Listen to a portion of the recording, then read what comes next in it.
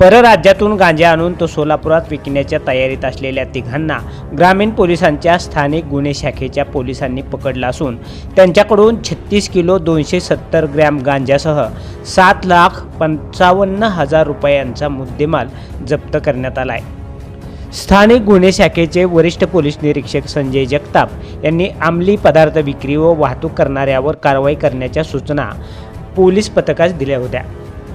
त्यानुसार सहाय्यक पोलीस निरीक्षक ज्ञानेश्वर वाघ व त्यांच्या पथकाने तालुका पोलीस ठाण्याच्या हद्दीत गस्त घालत असताना मोहन मनसावाले यांना माहिती मिळाली की बोरामणी जवळील वैष्णवी ढाबा येथे दोघेजण छत्तीसगड येथून गांजा आणून तो सोलापुरात विकण्याच्या तयारीत आहेत। यानंतर ज्ञानदेव वाघ यांनी संजय जगताप यांना याची माहिती दिली। दोन इसम 2 बॅगा घेऊन रस्त्याच्या कडेला थांबल्याचं दिसून आलं। त्यांच्याकडं वरीलप्रमाणे गांजा आढळून आला।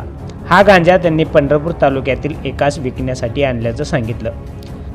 लहान मुलांपासून मोठ्यांपर्यंत लेडीज जेंट्सचे चप्पल, शूज, सॅन्डलसाठी पंढरपुरातील एकमेव सुप्रसिद्ध भव्य शोरूम SR फुटवेअर। ओरिजिनल ब्रँड्सचा विविध व्हरायटीच्या हजारो स्टॉक ICC बँकच्या शेजारी नवी पेठ पंढरपूर। प्रोप्रायटर शहाजी बापूराव 83 29 45 45 84। सचिन लक्ष्मण बनसोडे वय वर्ष 19 राहणार टाकळी सिकंदर तालुका मोहोळ।